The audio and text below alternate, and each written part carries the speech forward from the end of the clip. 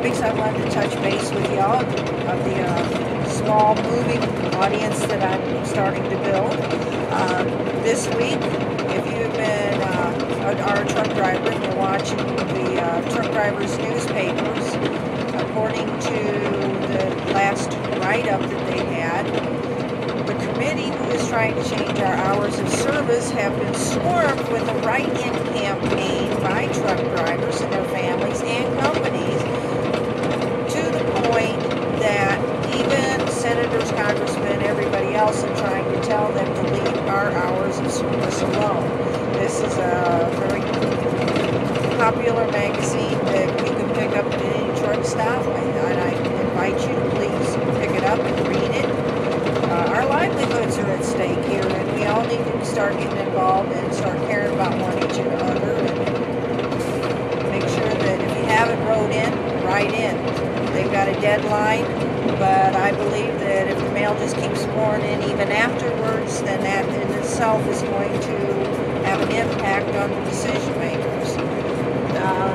Yay us, we're actually winning the battle so far, but the final word's not in.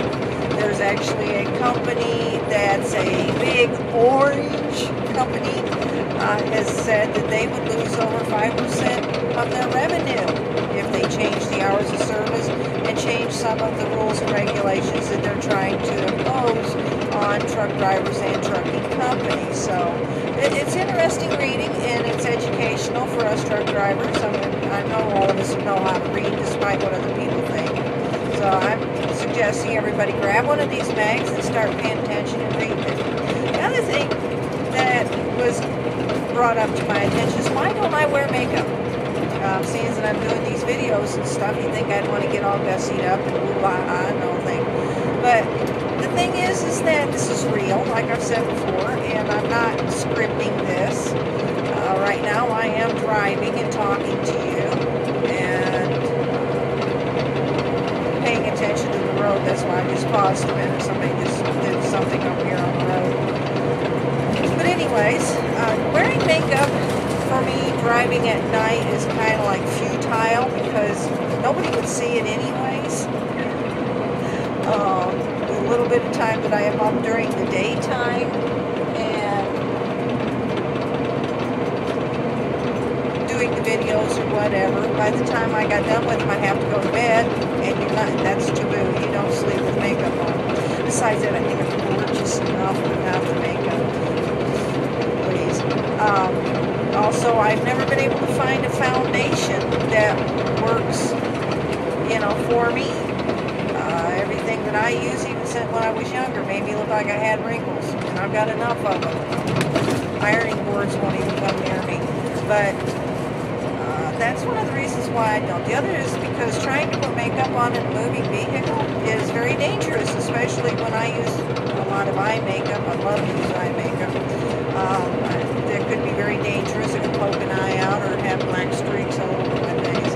So unless we are going to be down for a couple days or go home, then I'll wear makeup, and I have a wonderful time doing that. But while I'm out here on the road, usually I don't, and that's why. So thanks for that question, and I appreciate that very much. I do, however, like to mess with my hair. I will change the color. When I get sick of one color, I'll change it to another color. I like to curl it. I like it straight. I like it cut. I like it long. So anytime you tune in, I might just be totally different. I might look like, Lucille Ball, whatever.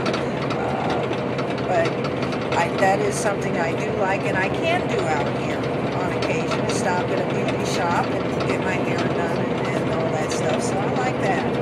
But anyways, I wanted to touch on those two important bases because I had been asked those questions. I wanted to address them.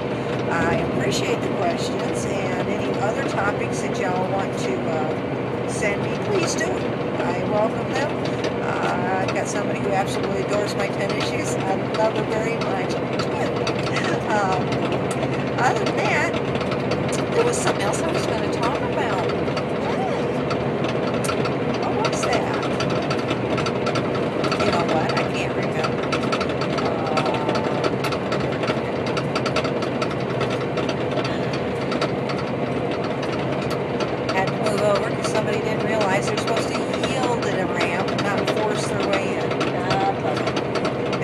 go right on my side. Come on, sweetie. Get mine. Oh, I was going to tell you about this trucker that was talking to my cameraman about a ticket that he had gotten from a DOT officer. This gentleman had pulled into a fuel island at a truck stop, and a police officer come up behind him, a DOT officer, and had his lights on.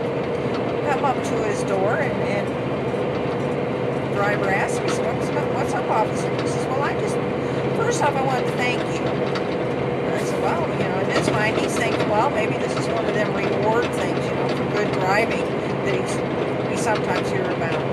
And he says, oh, really? Oh, what is this? And the officer said, I need to thank you for making sure that my pens and my ticket books are delivered on time. He said, because without them, I wouldn't be able to write you a ticket right now. So I run just to let you know, I really appreciate you. And then the guy got a ticket for turning wrong or something. But the point is that even the DOT realized that there's nothing in the United States that we use, from food to dry goods, building materials, makeup, phones, paper, anything you can think of, a truck has moved it. You would think that because of that in itself, that even the congressmen that or these committee people that are using their pens to write all of these crazy laws, oops, I didn't say that, these new laws, that pen came off of the trunk. Their clothes they're wearing, the desk they're sitting at, the paper that they're writing on, the computers that they're looking up information on, all of that was brought to them by a truck. But we still seem to be like the necessary evil out here, that nobody's supposed to, want us around or care to have us around. But even if you go to the store, a truck brought stuff there. Even people that say, well, I make all my own stuff. Well, they bought the stuff to make the stuff, and where did they buy it from?